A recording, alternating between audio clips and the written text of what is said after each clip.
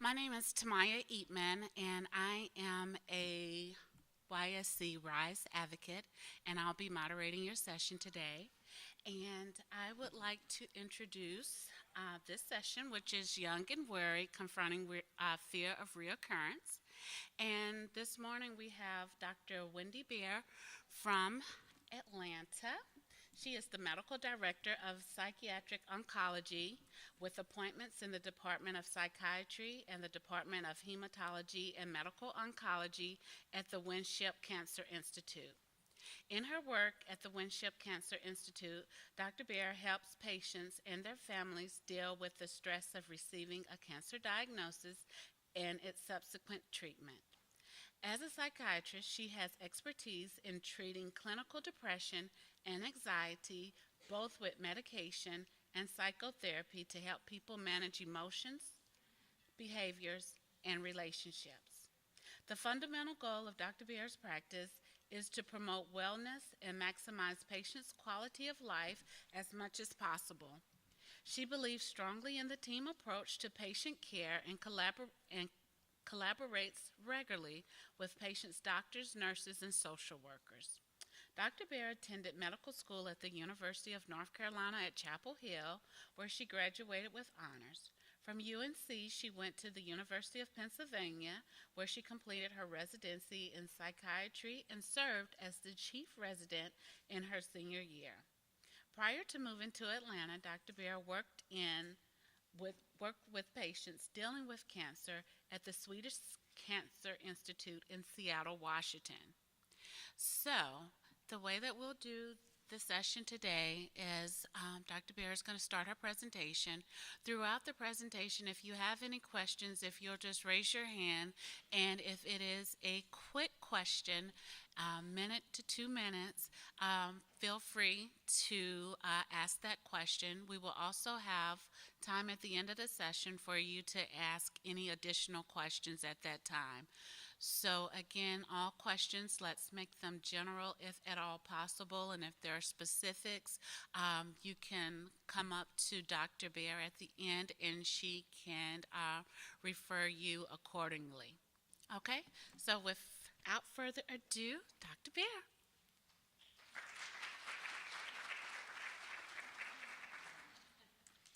That's very sweet of you guys, and thank you for coming to the session. When I walked in the room, we had a brave soul or two that was here, and then all of a sudden, look at all these people. So, wow. Okay, thanks for coming. Here we go with this presentation, and we'll see if the clickers work. And maybe. So, what do you think? Oh, here it is. I was going to introduce myself. This is what the front of our Cancer Institute looks like. That's affiliated with Emory University and School of Medicine. I already got this wonderful introduction, so thank you so much for that. I do think it's really nice when you're working with somebody or you're working with your team, your cancer team, that you can find some things to connect on in addition to your cancer experience, because obviously you're a person dealing with cancer and not a cancer patient only. So in terms of connecting with people, sometimes where we've lived and what we've seen where we've lived. I was in Philadelphia for 4 years, and that's the Philadelphia Art Museum when it's decorated in October for Breast Cancer Awareness Month with all the pink ribbons. There's the Needle and Mount Rainier there underneath the Swedish Cancer Institute when we were in Seattle. And this beautiful woman is a plant sculpture at the Atlanta Botanical Gardens. So if you ever do get a chance to come to Atlanta, it's not just all about traffic and malls, but we have a gorgeous botanical gardens. And I think that really is important when we're talking about anxiety, when we're talking about medical crisis. There's something so terribly healing about nature, and where you can find it where you live, it really matters in terms of incorporating that into your daily life. Okay, so you've got a medical crisis, and that's the problem. That's what we're looking at as the thing to manage. So this little whirly-bout, this little cycle is problem solving. And this is a skill that people have in their brains. You've got a crisis, how are you going to manage it? identifying the problem, duh, defining what you have to deal with, exploring what your options are in terms of dealing with it, taking action on a treatment plan, and then looking back, kind of reflecting on what's working well for me and what do I need to change so that I can manage this problem better. And it's a little bit of a bi-directional process, right? Because the crises keep evolving. Like, you think you're going to have one surgery, or you think you have your treatment plan in place, and all of a sudden these side effects make it so that you have to change the plan. And through that process, this emotional part of your brain, your what we call your limbic system, starts firing. Woo, oh God, oh no, what next? Thank goodness we have a really thick part of our brain called our cortex, and that's your thinking part of your brain, and that's the part of the brain that continues to do this cyclic thing of problem solving. That is the part of your brain that can take the emotion and work with it. And yeah, okay, I know that stuff, when we start to go through the problem solving, I've heard it before, I know that I should be doing X, Y, and Z. Yes, we know it. Now we got to figure out how to practice it. There's also the other part, the instinctive brain is your reptilian brain. If you go across the street, they have some reptiles, the American alligator. That's the part of your brain that just keeps you breathing. But you can use the thick part, the cortex part of your brain, to breathe in a way that's helpful. When you get anxious, when you have a medical crisis, when you're faced with trauma, you hold your breath. When I hear people telling their story, they hold their breath. When I talk really fast in a presentation, my breath slows down. And I can quiet my nervous system again by practicing a breathing that literally, physiologically, biochemically quiets me down. Okay, there's your little arrow for your emotional brain. And where we sort of win a little bit, where we feel a little bit more like we're in control, is when we think of cancer or medical crisis as something to manage. Not something that takes over, but something we manage. You know this. You guys are the choir, and I'm going to preach for a minute to the choir. You're not alone. You've come to YSC. You're part of the conference. But what I hope, my wish, is that you take what you learn and know, and it ripples out into the community. It ripples out into, unfortunately, as we were just talking about, new survivors, and so that they know they're not alone, and they know there are resources out there. So you're kind of ambassadors going back into the world on Monday with what knowledge you acquire and which resources you know are available. So there's a lot of cancer survivors. What's unique, though, obviously, to YSC, what's different in your experience is being a young adult. And so there's this trajectory of womanhood, right, and all these stages of development. And so we're going to be thinking about what happens when you're sort of square in the short pencil skirt situation there. Of course, there aren't many pencil skirts going on this weekend, but that's a good thing. We got to be comfortable while we're here at the conference. So I was going to switch into psychotherapy mode just for a slide or two. And this psychotherapy, psychoanalytic kind of talking modality is something that sort of started with Sigmund Freud, and has evolved, and now we sort of call it psychodynamic psychotherapy. It's how we understand people and people in relationships. And one of the famous authors, if you took psychology in college, even in some high school programs, they talk about this guy named Erickson, who went through stages of development. So for the young adult and the young adult managing a medical crisis, this stage of development that Erickson talked about is called intimacy versus isolation. And so what he theorized is that this stage that's sort of been interrupted with the cancer crisis is one where you're trying to figure out, where do you belong in the world, who do you belong with, and how do you allow that to give you a sense of sort of safety and sort of belonging, and maybe even quelching the loneliness that comes with young adult leaving home. The problem is that process, that development can get interrupted because of a medical problem. I also included these other stages that Erickson talked about. You can imagine identity versus role confusion is when you're in high school, like which group are you part of? Generativity versus stagnation is like you're stuck in a job and you're like, I'm going to do this job day after day until I retire kind of thing. Or do I feel like I'm actually producing something valuable? And then for folks that are 65 and older, is like this ego integrity means I'm a worthwhile person, my life has had meaning, versus what have I done? And now I'm 70. And figuring all on that in your head and making peace with it is the work of developing through each one of these stages as you climb the colorful ladder here. It gets more complex. The older you get, the wiser you get. You can imagine some people stuck in more immature stages of psychosocial development, and you may know who those are. Kind of, their chronological age is 70, but then maybe they're acting a little bit more like they're stuck in a high school mentality. Okay, I won't get stuck there.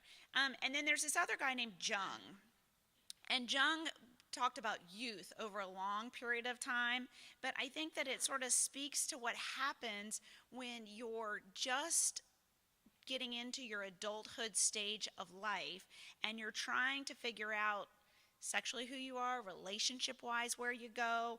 You're starting to take on work and paying your own bills, and then boom, it's childhood days are long gone.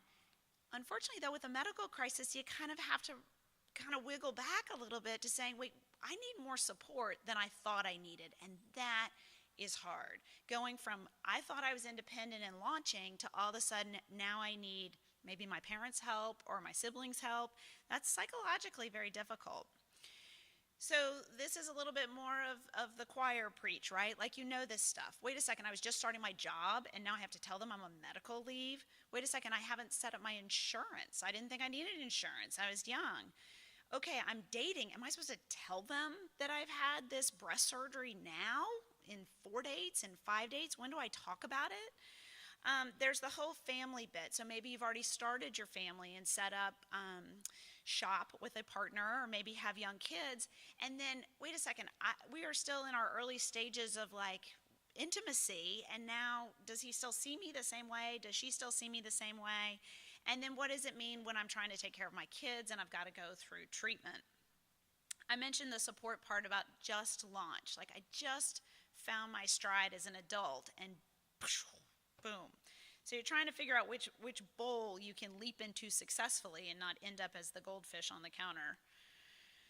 All right, cancer in the young adult, adolescent population. It actually turns out that the breast cancer diagnosis is not the most common diagnosis in this age group, although being here, you kind of feel like, wait a second, there's so many of us. The lymphoma diagnosis comes up in the young adult population. The testicular cervical cancers come up in the young adult population, and the melanoma diagnosis comes up too. But what all young adults and adolescent cancer survivors struggle with is this idea that they have cancer, which is an old person's problem, right? Like your grandmother had cancer. You don't have cancer when you're in your 30s. And that, the support group stereotype can sometimes trickle down from the grandparent generation. Like maybe they tried it once or twice and they heard that you go to a support group and everybody's just complaining, bad doctors, bad medicine, doesn't everything suck? And actually that stereotype maybe not be true. I'm here, there's silver balloons in the room. People are problem solving about how to feel better. There's pink bras and t-shirts and sunglasses. Like, we can do more than complain when we get together. Okay, so wouldn't it be nice if it was this simple? Does anybody know what these are? They're worry dolls. I still remember when I first learned about worry dolls. I was in junior high, and my friend James had a friend's barrette, and it had these worry dolls on the barrette. And first of all, I had to say, James, why do you have that barrette? And he didn't have a good explanation for that. And I said, well, what are these dolls on there? He said, they're worry dolls. I'm like, what are they going to do? He said, they'll take your worries to the worry dump. And I was like, that's awesome. So if all else fails with the talk today, just go buy yourself some worry dolls somewhere. All right, so what are the worries? And this is the screening question I ask in my practice. I did clarify that I was a psychiatrist, right? I'm not an oncologist, I'm not a surgeon, or I do mental health care, but in the cancer center. So my screening question, I'm screening for mental health problems, what's going on with the brain, are your thoughts going bzzz, a mile a minute through your head? Like, zzz, can't sleep, zzz, can't read a book, zzz, I'm talking to somebody, but I am not hearing them because I'm just going in my head. And they're classic ones, why me? I didn't have a family history. I didn't smoke.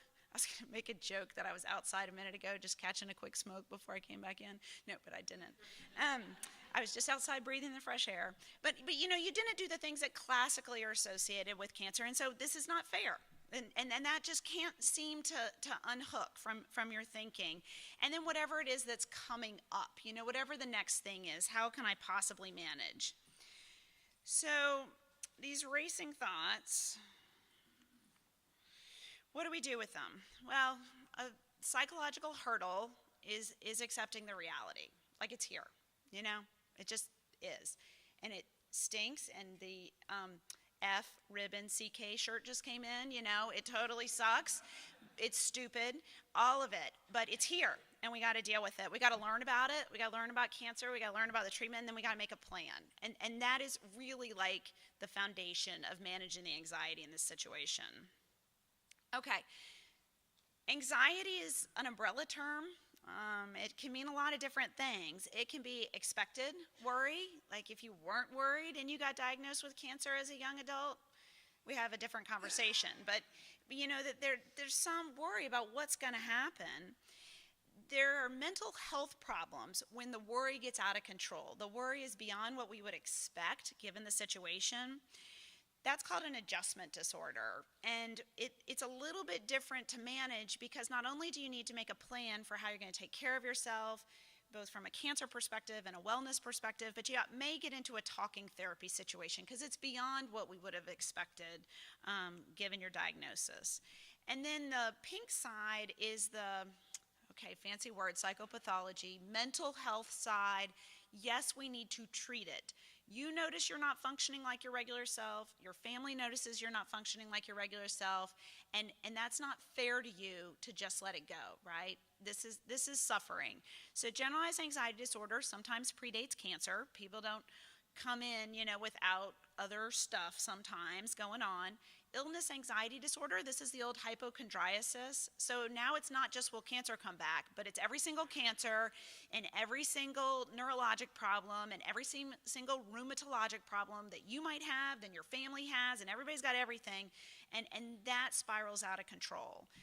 A somatic disorder, that's when your symptom, like usually pain or fatigue, is above and beyond what we would expect. Like your hemoglobin is normal, like you're not on any pain medications, like you can't, you know, peel yourself up off the couch days on end. That's when we start to think, is there a mental health component magnifying this symptom? Not saying it's not real, but something about the brain is cranking that symptom up, and we got to figure out how to use our brains to crank it back down. And that's treated when you're on the pink side, not only with a talking therapy like we would do for adjustment-related anxiety, but maybe with medications as well. Sometimes, especially if you've been through treatment, it's getting off your medications. And that's a big deal. Not the ones that are controlling cancer, but the nausea ones, or the pain ones, or the sleeper ones, or the, oh, I needed to get through the MRI tomorrow, but now I'm taking Valium every day ones. Like, those are the ones we got to get off of. Okay.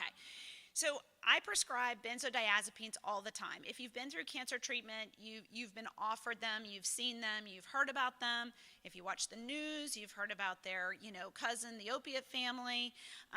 So they're around. They work really quickly. They work well in a lot of ways for a short period of time. They're great tools for a short period of time if they help you function. Function can mean sleeping at night or getting through procedures, tests, infusions during the day.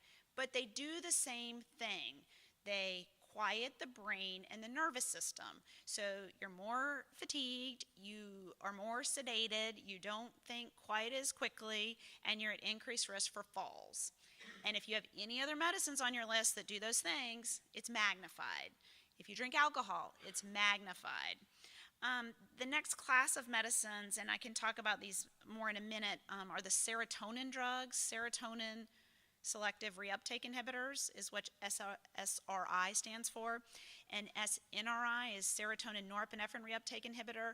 And I'm not trying to sound all fancy, but these are an important class of medicines to know about if you go through a cancer experience, a breast cancer experience, because we use them to manage hot flashes. We use them to manage neuropathy from chemotherapy. So this is an important class.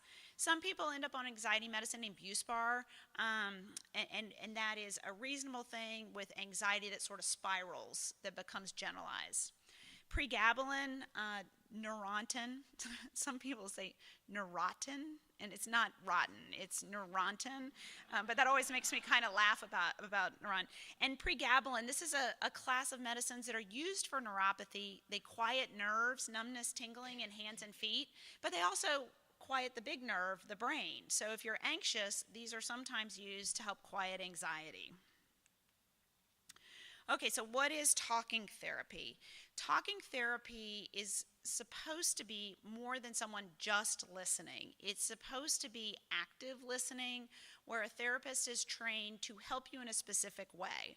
And different people, MDs, doctors, PhDs, psychologists, social workers, licensed practicing counselors, marriage and family therapists, all of these people practice psychotherapy. What's most important is that you have somebody that is doing something purposeful to help you and you feel safe talking to.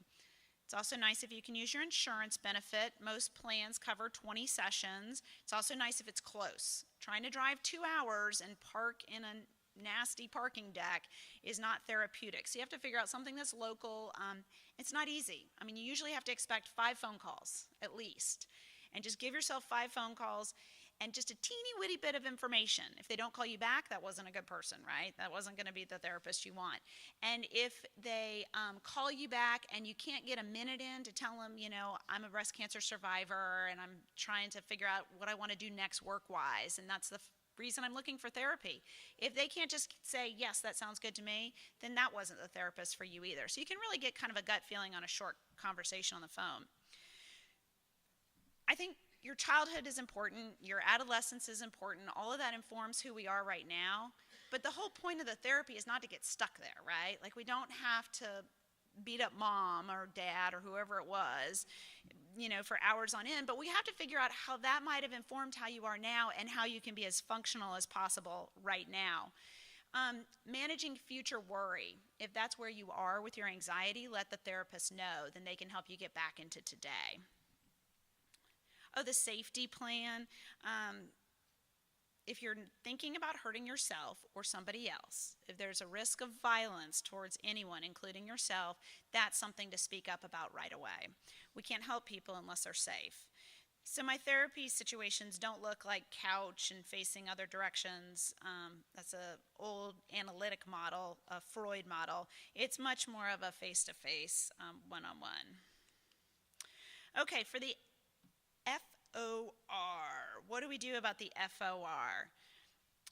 The what ifs, the being constantly reminded, to be bothered, you know, you finally got your groove back and now you got to go back in for your follow-up or your scans, and just feeling like it just kind of sucks that now I have to always think about this. This is going to be with me. This is something, even if I'm disease-free, I'm going to have to remember to follow up on.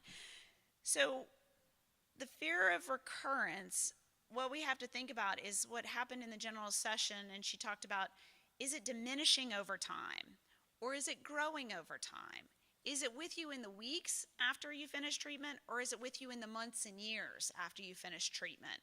What is your experience day to day of it? Is it a couple minutes here and there? Is it hours on end, you know? For the folks that think that they can't let it go, like it's just kind of clouded their whole brain, it's always there, I can't bear to be outside in October because everything's pink, I immediately turn off the NFL because they've got pink ribbons on every jersey. I just, you know, I start to think about the scans like 2 weeks before and my back tenses up.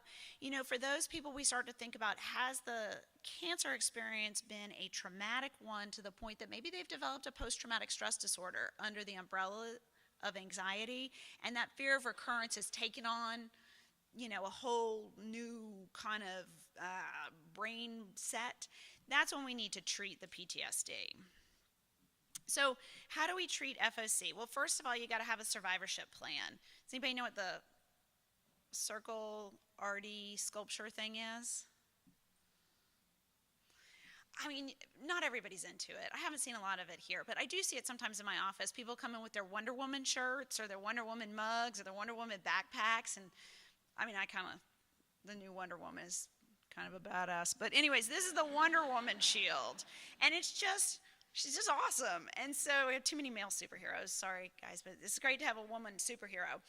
And the survivorship clans come in a lot of different forms. And if you guys get these slides, I'm happy to share them. But the links for the survivorship plans are in each of these blue underlined names. So why is the Coca-Cola here? Well, I come from Atlanta. Now I'm in Pepsi territory. I don't quite know what to do. But what we have to think about in survivorship is not just surviving cancer, but staying well.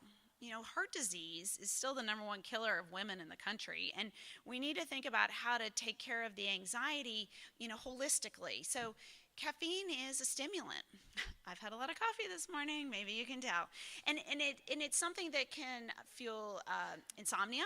It's something that can fuel panic.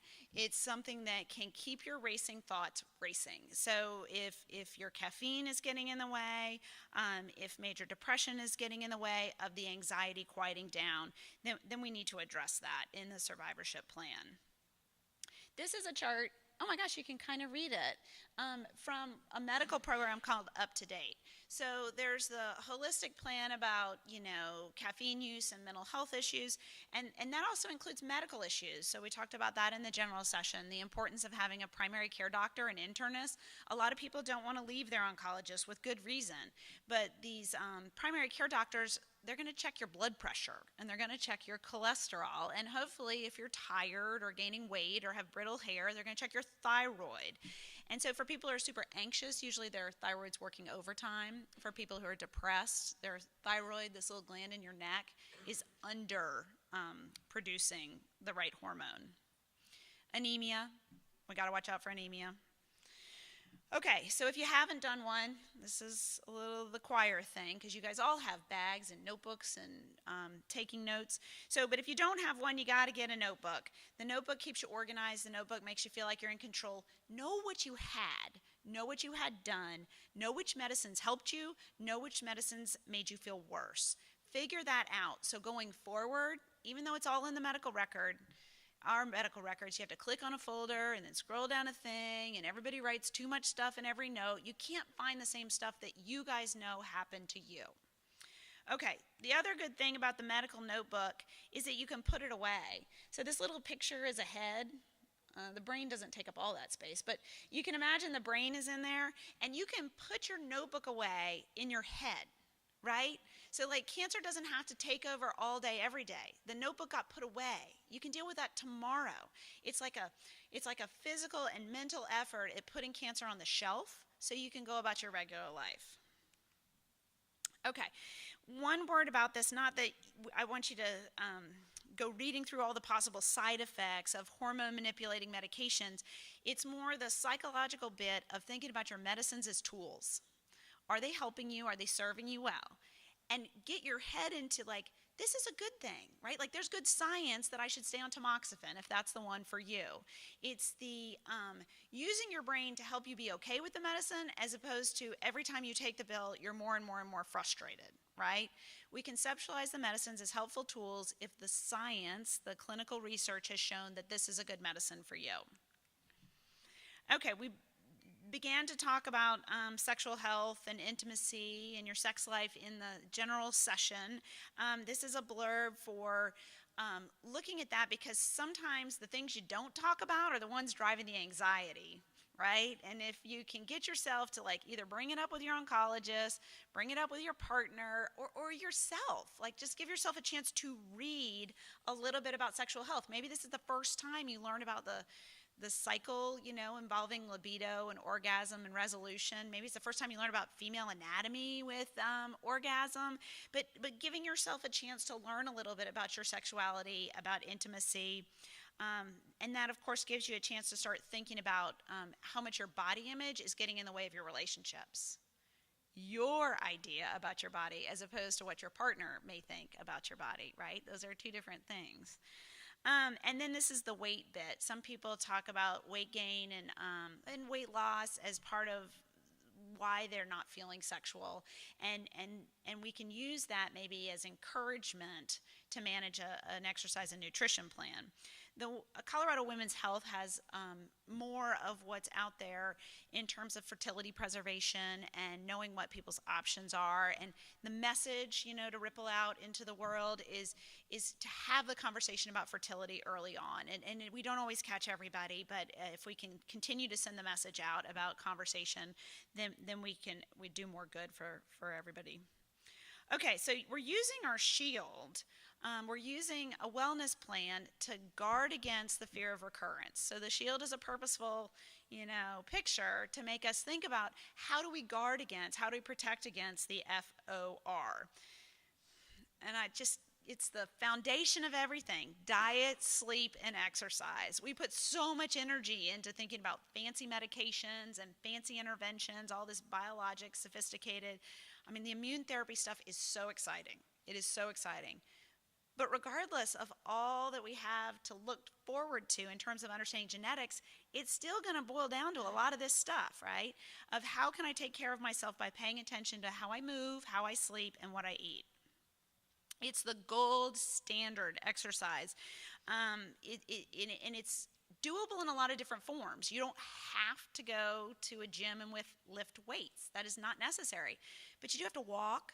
If your knees or hips or back bother you, exercise bike. If you're medically able to get in a pool, finding an aqua therapy option. There's lots of different ways to directly influence your recurrence risk by engaging in exercise.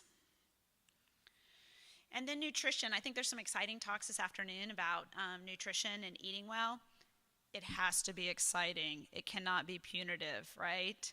If you're just like, take away my Twinkie, take away my Frosted Flake, take away my Cinnamon Toast Crunch.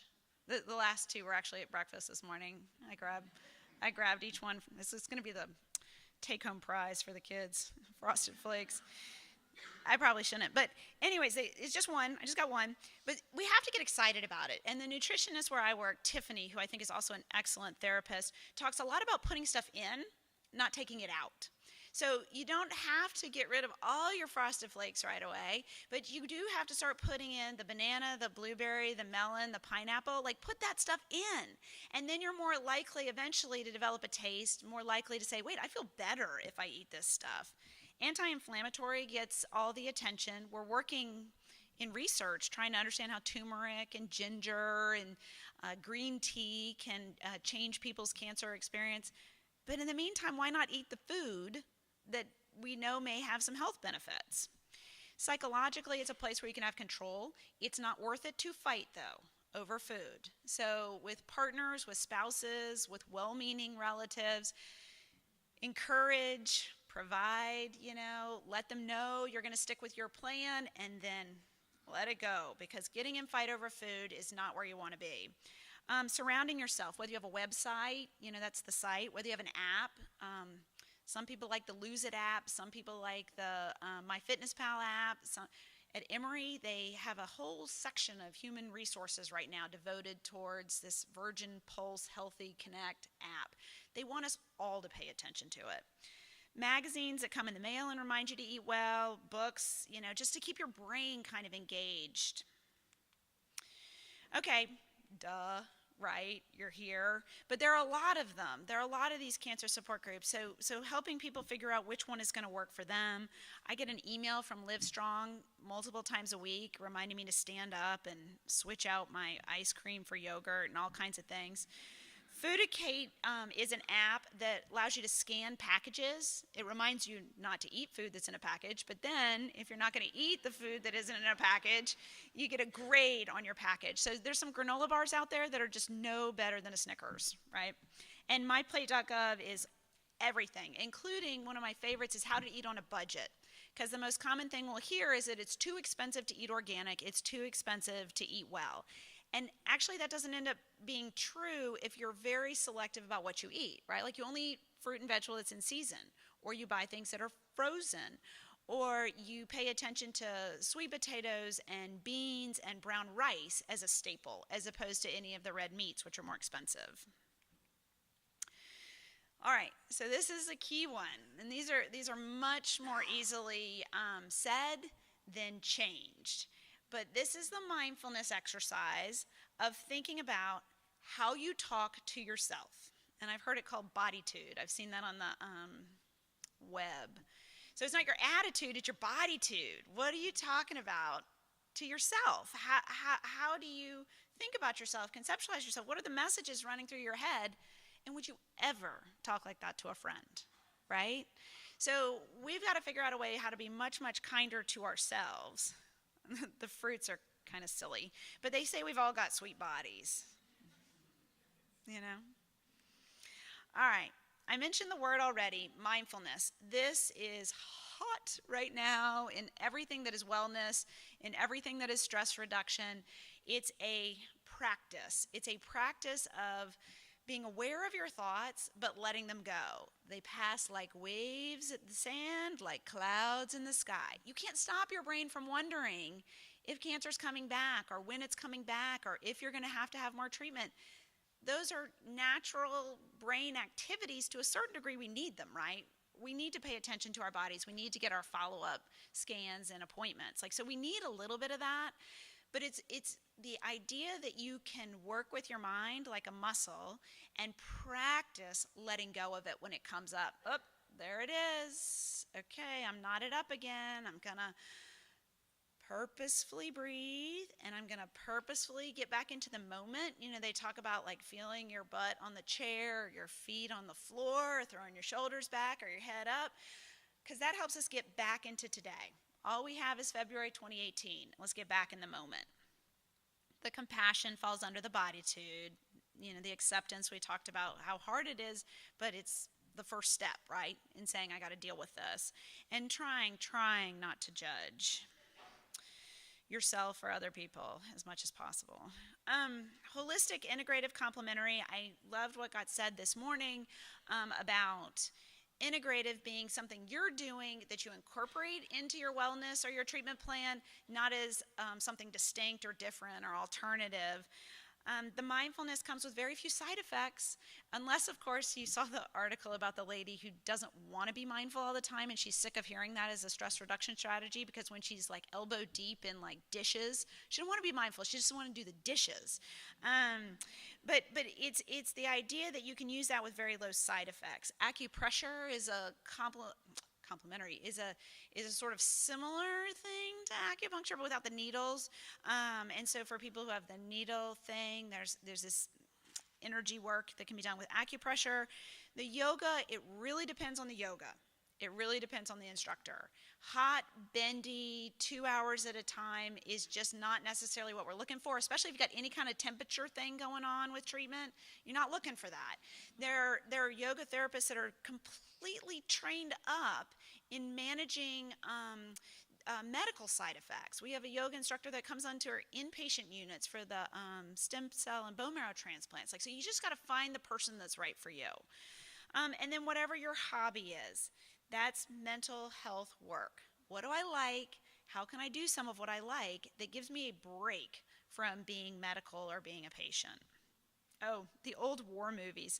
So I have this one patient who took all his anger about his cancer situation and he sort of channeled it into watching these old World War II movies where the Nazis that got caught got murdered or beat up or killed, and then they were kind of angry visions and movies he would watch. But for him, it put it somewhere else. It took his anger and put it into something else that wasn't harmful, and he wasn't doing anything violent. The preschool, I've had a number of patients who thrive with the kids, like the youthfulness, the joy, the wonder, the curiosity. Even if they come in with bald heads, even if they come in and they're a little bit tired, like the kids just kind of come without judgment, right? And they kind of let things go. And then, all right, fine, now it's snack time and let's have some goldfish. Like, all right. The dogs, if the dog thing works for you, if the pet thing works for you, that it is worthy and important. That is family, and paying attention to how that can be part of your life.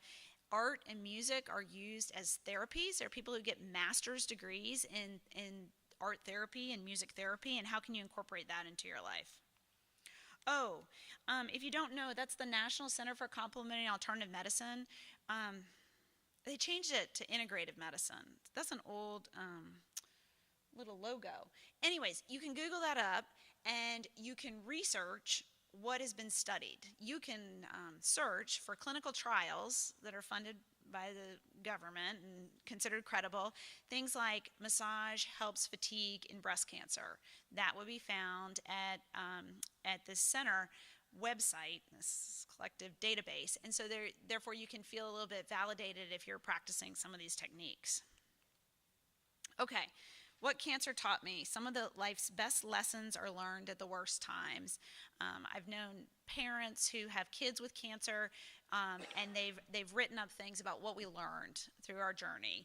And you can learn some snarky things, or you can learn some helpful things too, right? And maybe practicing the lessons that were more helpful in your mind, that puts up a new tape instead of the fear of recurrence tape.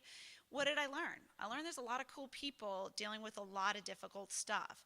I've learned that there are more people to help than there are buttheads that didn't show up when I really needed them to show up and had hoped they'd show up. And I've learned maybe that these mental health things that get in the way can be treated. And so, I'm always about reducing stigma about mental health care. And when people recognize how much better they feel after treatment for a depressive disorder and anxiety disorder, it's like, yes, thank you for coming. Thank you for giving it a chance. Okay, so closing up with this gratitude thing. It's a real thing, right? It's not just Oprah. It's not just what you read in like Real Simple. It's everywhere. Is this gratitude thing, and it's one thing to say it, and you're like, I am not thankful I have cancer. No, I'm not saying that. But maybe you start thinking about, well, what is working? Because the problem with any medical crisis is we tend to focus on what doesn't work and we forget all the things that are working. So, show of hands, and I risk a little bit with this, but show of hands, who got up and peed this morning? Right? Okay, small miracle here, but overnight your kidneys filtered all your blood and put it in your bladder, and all the urine came out. Now, even a modern miracle gratitude for people whose kidneys aren't working, we have machines and then transplant, but we have ways to make that happen. That is amazing, right? And then I don't see any chairs, wheelchairs, or walkers, but like all of you walked in here, right? Like somehow your brains told your spine, told your nervous system that trickles down to, maybe you can feel it at your toes, maybe not, but to move in here, right? Like, that's amazing. Things are working. And so the gratitude comes from giving your body a little bit of a break, being a little bit more compassionate towards your body. There's some parts that really, really suffered, and there's some parts that took a big hit. But how can we look at actually what's working? There's some relationships that really, it can be the hardest part through cancer experience, are people's relationships and expectations. But maybe there's some that showed up. Maybe they're ones that we have a caregiver group here. Like, people are actually coming, like, and supporting other people. I had a funny story, and I don't know who's gonna. If you were on the elevator, I apologize for sharing your story. But when I checked in Thursday night, this poor little bellman, he's like a 20-year-old kid, asked two of the women that he was pushing their suitcases, "What are you here for?" And I was like, "Wonder how this is gonna go." And so they go, "We're here for the breast cancer conference." And he goes, "Is that gonna be fun?" Like, and it was so cute because I think he expected them to like go to Disney or something. And it was kind of cute because, and they shot back right away. We see our friends. I was just so touched. Okay, so that's gratitude. That was my gratitude because I was feeling a little out of sorts. So it was late. Anyways, travel. Okay, if you don't make gratitude a daily practice, it doesn't work for you. Your brain just can't pull that stuff up, right? There's too much stress. So you have to practice. That means sitting down with a pen and paper and writing about what you're feeling grateful for. And then using cards, using letters, go old school, put a stamp on it. And maybe send yourself a card. Maybe send somebody else a card. We can get really sort of, what's going to happen to me And turns out there's a lot of stuff happening out there too. And that we I kind of know people are doing better with their mood and anxiety disorders when they can see the light out there, right? So it goes from being like all kind of knotted up to being able to unravel a little bit and see what's going on around you. And so if you can put a card out there to yourself that includes some of the more helpful messages, the what's working messages, the grateful messages, and maybe even to someone else, then you kind of know you're like moving in a healthy direction. Okay, that gives us about 10 or 15 minutes for questions, and I apologize if I talked too fast. I'm happy to go back to any of the slides or speak to any specifics if you care to share. Yeah. Yeah. Yeah. Is that there's some trials for menopause fog and chemo fog? Yeah. Oh, do you want me to Yeah. repeat it? Okay, so the question is about new antidepressants, Trintellix, and I believe that's the one. Sometimes it's easy, especially when medications are new and branded and still on TV or in People magazine, to remember them by their ads. Remember Zoloft had a happy ball, and then I think it's Prestique had a doll that would wind and stand up. And Trintellix, which is newer, has a profile of a brain, but a lot of squiggly lines, blue, green, squiggly lines through it. So I don't, in fairness, prescribe Trintellix often because getting insurance to pay for it is the problem. So at Target and Walmart, you can get similar class of medication with similar efficacy for $4 if you get citalopram or Prozac. So I often start with medications that we've had around longer because insurance covers it, and then people don't have to deal with cost issues. I mean, I think it's hundreds of dollars a month. So when you're a branded medication, oh, do I have any Trintellix pharma reps in the room?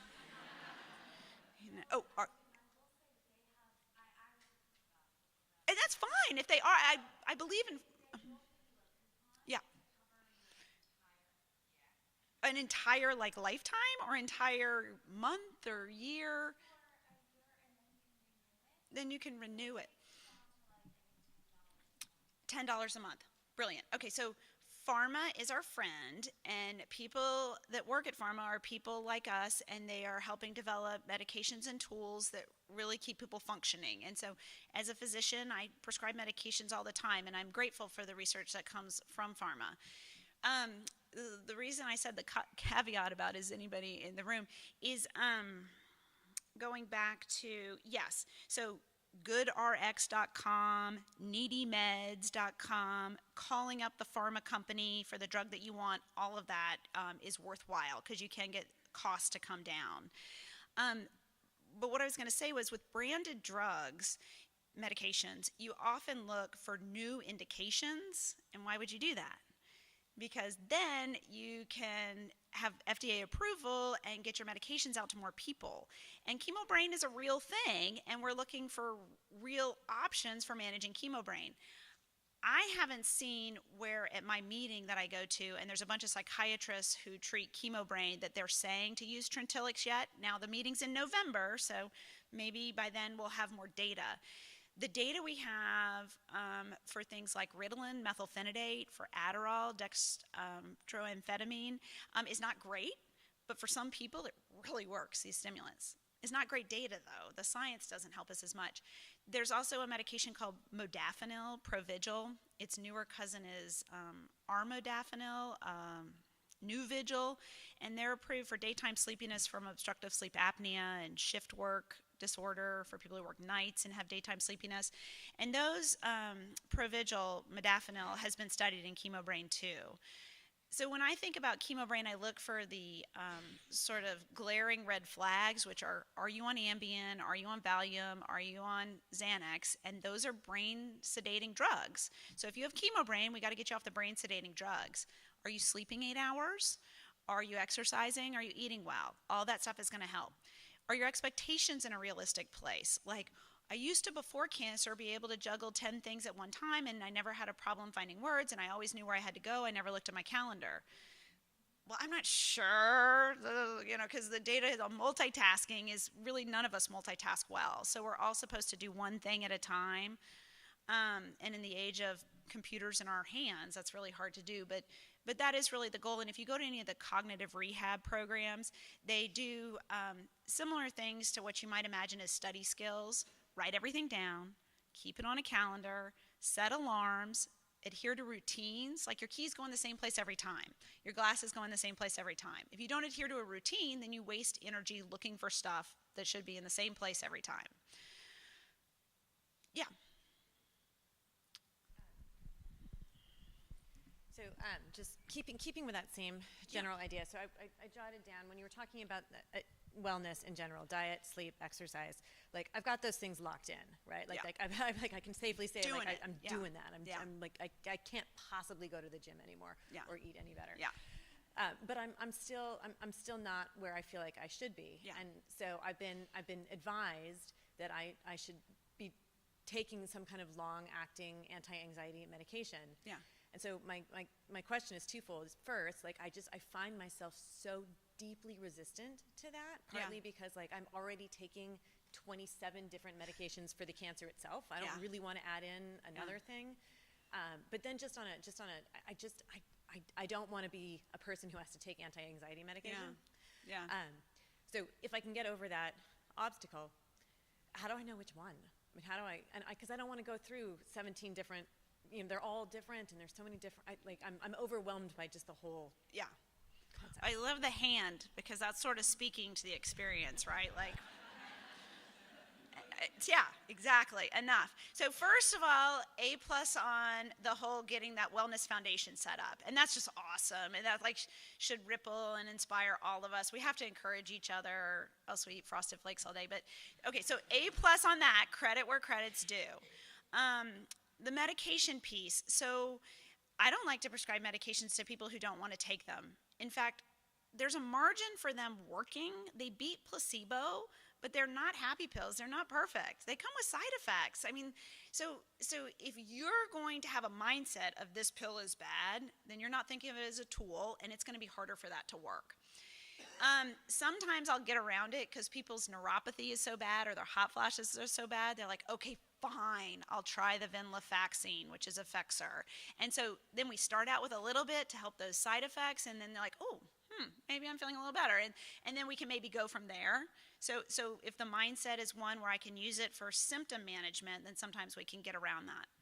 In fairness to the talking therapies, if you go to weekly talking therapy, so that's a 50-minute hour every week for 12 weeks, and do this type of therapy called cognitive behavioral therapy, we have science that treats anxiety disorders and depressive disorders like medication. And when we treat people, we're supposed to ask, what's your preference? Do you want to do Zoloft or do you want to do talking therapy? But know that talking therapy is signing up for weekly work for 12 sessions.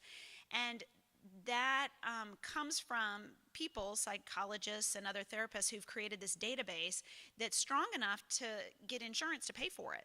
So thankfully, most insurance plans recognize depressive disorders, anxiety disorders as medical problems, and they will reimburse you going to therapy sometimes. Now you may have to, if you like the person that's private practice, you may have to submit and get reimbursed what you can. It's not a perfect system, but you can do the talking therapy route. What's not fair to you is after everybody, fair to any of us is to go through something traumatic and difficult and then assume you should be able to handle it. First of all, that's a case of the shoulds, so that would be one part of psychotherapy is working on your shoulds, or that I'll never get back to my old self. I mean, there's no always and nevers, right? Except for like death and taxes, whatever kind of thing. But the always and the nevers are a problem. Now, none of us can turn back time. Now, that is one thing to work on with your mind, right? Like trying to be my 18-year-old self or my 25-year-old self. I mean, now that I'm 26. But anyways, don't laugh. But anyways, just trying to be your old self, it doesn't work. Nobody can go back. And I've had people say they hate the new normal. They don't want to be the new normal. This is stupid new normal. So don't call it the new normal, but call it 2018, right? call it this is where I am. Like we're not going to be like we were before. Things have changed. But if we can get ourselves to think about, scars as war wounds, like, battle wounds, like, and this is part of what I'm proud of is beating this. If we can get like changes in our body or our routine as something like I've adjusted to make it to today. Like I'm here. Like this is a great deal of strength to take the time and energy and money to come here. There you go. Okay, question? So I know you talked a lot about cognitive behavioral therapy, and I definitely think that's a great option for most of us. But for me, and maybe for a lot of other people, there aren't many great resources where I live. There aren't a lot of people who are providing this service. No. So is there something that maybe you can recommend? I don't know if it's like an online thing or some other option that can be used. Yeah. One of these days, I'm going to just like spin out of control being like, I don't know what to do about the referral issue. Because it is huge. Like we tell you to go do these things because we have the science, but matching up with a therapist, getting to therapy, paying for therapy is hard. I acknowledge that. There are online things come to see, and how things are going to evolve in the future with the virtual therapist. I mean, my sister just texted me yesterday, are you doing virtual therapy? And I'm like, I'm not doing virtual therapy.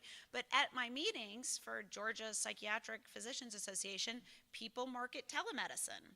What's kind of interesting about telemedicine is that the early reports we have is that people aren't all satisfied with it. It's like if you could meet with your oncologist on the computer or go see them in the office.